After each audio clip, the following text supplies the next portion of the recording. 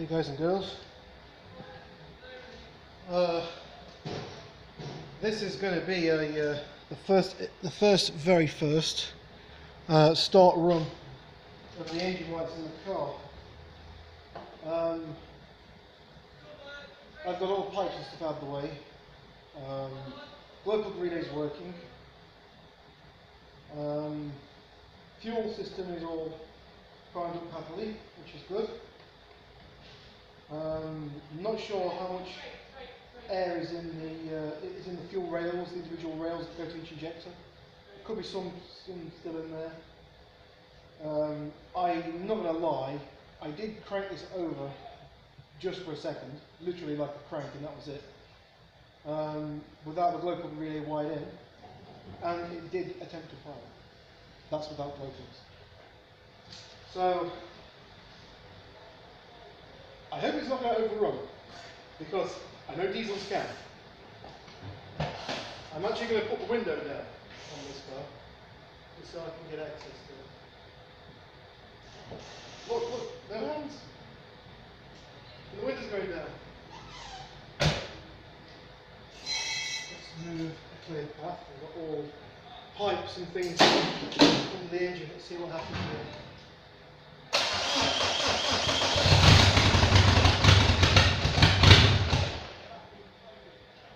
Ooh.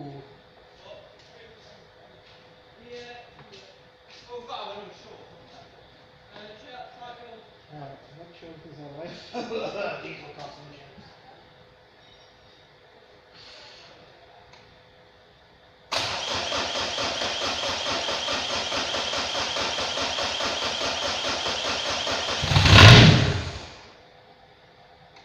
Once we go.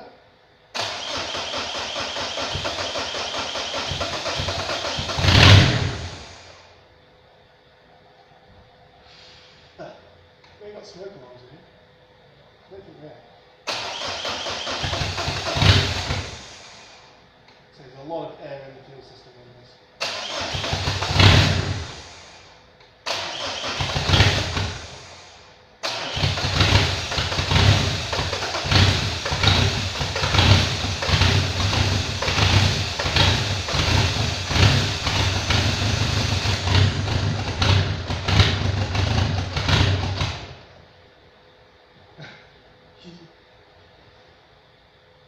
I think I need some, as the smoke rolls by the camera here, I think it needs taking outside and doing.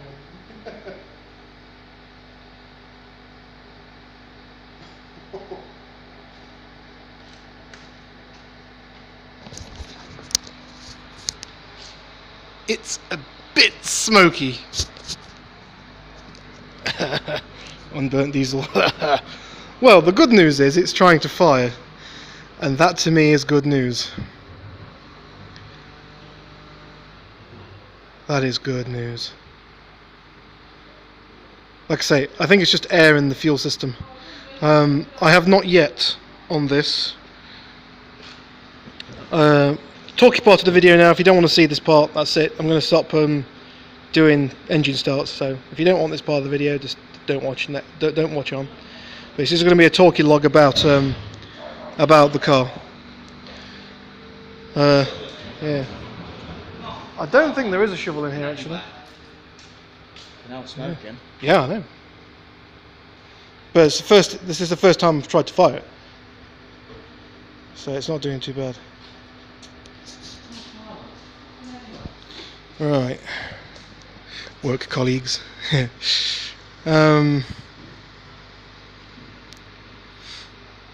Yeah, what was I about? All the hydraulic returns are piped up, apart from one, which is this pipe here. Sorry, these two pipes here. That one needs to be T-pieced into that one there. Nice and simple. In fact, I've got one there I could T-piece into, probably. Stupid lanyard, get out the way. I've got this one here which needs to go into that one there, but it needs a reducer, which shouldn't be hard to do. I've got a T-piece right here. I got a T-piece for you right here. I could just use that one, that would work nicely. I could just tee it into that line there, which is A, B and C.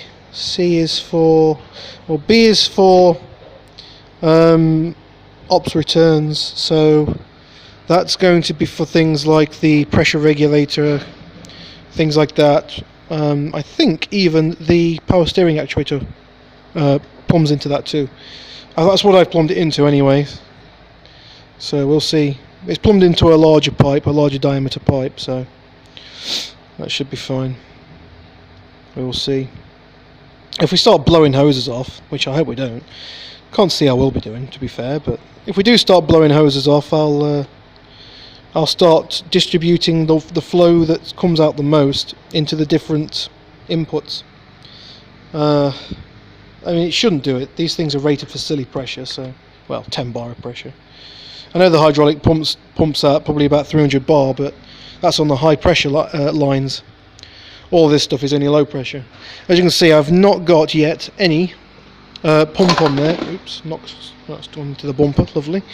I've not got any high pressure pumps or anything in there yet, because I need to get down there somewhere in all the smog and haze. I need to plumb that pipe up there, which has got nothing on it at the moment. I'm actually thinking of installing a diesel heater to this for the winter time. You can see just down there, there's a come here pipe there. Is that pipe there? There you go, see quite good there. Well, that plugs into just a little bit at the back of the block. You can just see it. Yeah, just there. That red thing. They both plug into each other, but what I was going to do was, in between those two bits, I was going to plumb in a diesel heater, because that's where it would go. That's the feed going to the heater matrix inside, so it's where you'd put a diesel heater if you was going to put one on a car. The trouble is, wow, here the smoke done off, hang around for a while in here. I should really open the shutter door, I think. Thankfully all the smoke's gone up, it's not ground level. I was thinking of putting a diesel heater here, but then I realised that's where the airbox goes, so that's not going to work. I've never seen this car with the airbox in it, because it never had one on it. Even the top mount intercooler was missing. It's there now, but it was in the boot, or the trunk if you're American. Yes, indicators work now, which is very nice. Using a nice relay here, let me turn the key. I don't really need it on glow plug mode, I don't think. Right, as you can hear, clicky clicky, flashy flashy. And the relay I'm using is from out of a VW, I do believe. It's a German made relay. Now just have a look at the pin out, sorry, the pins on that. That's where the relay goes. Come on, camera, focus. You're not very good at this. I am using my phone, by the way. Okay, so that's the fuse box. Really needs a clean. It's a bit dirty, isn't it? So that's the relay socket, and this is the relay. You'll notice that I've bent one pin down. I have no idea what that pin does, but I've bent it down anyway. I think it's an optional out for a dashboard light, which this doesn't use. Now, some do, some don't. For instance, my Fiat Panda, that has to have one coming out of it for the dashboard lights. This is actually one from out of a Fiat Panda, which I tried in this. Oh, this camera's pretty hopeless, isn't it? And that is the right pin configuration, but it's not the right pin outs. Pin 31 is in the right place, but all the others are not, because these things, unfortunately, are not standardized. Pin 31 is always universal. But I mean, C, what was that one got? Yeah, you see, C is on that side, and on this one, C is there, even if that means the same thing on this relay. I don't care, I'll just bend that pin over and it works. So, that can be plugged back in, and we get clicky clicky indicators. Beautiful. I've got some nice cables that I've got in this dashboard that don't appear to go to anything. Actually, that one does. That one goes up there to, there's a little alarm LED light in there, and that goes into that. so I need to figure that out. This is for the boot light, sorry, the glove box light, the switch. I've got these nice cables here which have been cut, which is something to do with the old alarm system. I assume that these are indication for the indicators. It's where they tapped into it to make the indicators flash when you unlock your doors. That's what I assume. Let's actually find out what happens if I unplug this plug. I might need two hands for this. Is there a security tag or something on this? No. Okay. Do my indicators still work? Yes, they do still work. Flashy, flashy, and flashy, flashy. Although the one in the back isn't connected yet, and that isn't flashing quickly, which tells me I've not got a blown bulb, but I have got a completely missing bulb. But oh well, don't really care. I always do check my cars for light bulbs if they need it or not. And the lights that I need to change on this, I may even just go LED. Which might be interesting, it might not be. But given that that doesn't flash quickly with this low load on it, in fact, let's try that. Let's do some experimentation here. If I unplug this 21 watt lamp, will it make the indicators flash quickly? No, it does not. It looks like it's a standardized flash speed, no matter how much load is on the relay. If I unplug this plug completely, the indicator relay is still flashing at the same speed. And the only thing that now is flashing, no light on the rear of course, no lights on the side or the front, the only thing that's flashing is the dashboard light. And that tells me that I could get away with having full LED light bulbs on this car for the indicators, and completely get away with having it flash quickly, which would be very, very nice. It is something I may do. You see, sometimes I don't like doing it, but sometimes I do. And on this particular car, I think I will, because I can get the bulbs to look pretty much identical to the old ones. The only thing I don't like too much is how LEDs are instant on and instant off.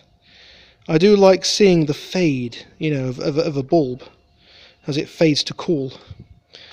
It's something that I, even though you can't really see it on that one pretty much, but LEDs are just so much more on-off. I mean, you can see it on that one more because it's a bigger filament.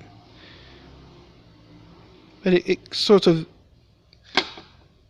linearly comes on and then linearly goes off. It's very nice.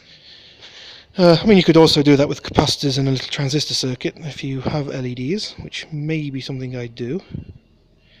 So there's still wisps of smoke lingering around. Have you noticed? It's still there. It's clearing up now. There's a lot of air coming through the door actually. Someone must have opened the door or something. I'm probably smogging everybody out in the office. Sorry about that, guys. But yes. Not sure on the pump timing, got no idea on that. I think the pump is actually loose for me to time it up. It might not be actually. I think it was just set to a random... Yeah, it was just set to pretty much in the middle and then just bolted up. It's not hard to change the timing on it. You just got to unbolt the 3 bolts slightly and then just twist and turn. Next job. I think I'm going to put the intercooler mounts on from off the old engine. I've got a bolt hole there. I think another bolt hole is here, but unfortunately I've got a blanking plate there for this on this engine, which I may take off the old engine because it's got this bleed point on there. Oh my god, this camera is horrific. It has got a bleed point on it, which would let coolant out. There are so many pipes on this engine, so many places where coolant can just come out of it. It's going to be a nightmare to find all these pipes and blank them off, or to route them into the original BX's cooling system. It's not going to be easy. For instance, I have got somewhere a pipe that needs plumbing in, but I have no place for it to go. It's these pipes here. I've got it's the ones for the cooler, the oil cooler / engine heater, or the coolant heater, depending on whichever way you want to do it. Transfers the oil heat to the water heat, or vice versa. Now, that was a bit off the original car. Snapped off. Don't know what that was. It looks like part of the radiator maybe. Which is interesting because I do actually have an output there. I don't actually know the cooling system flow on this. I need to get a diagram of it, and as soon as I do that, that'll be good. Indicator's still flashing happily. I can actually take the battery off now.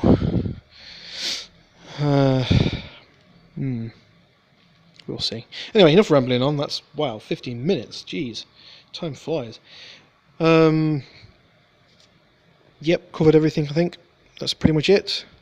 Whole back of the car is now done, everything. All under this side of the car is pretty much done. However, I have found a rust patch underneath here, which is on one of the core plugs. You can have a look if you so desire. I just don't like showing rust off. If I can get it somewhere. Is it? I think it's under these wheels. Yeah, it is. It's under these tyres. But it's one of the core plugs for the the drain plugs in the floor of the car. I could do with rebuilding the steering column, to be fair, as well, which is something I might do, rather than play around with engines and things today. Get the interior looking pretty good. Okay, guys and girls, thanks for watching, and peace out. Catch you on the next video.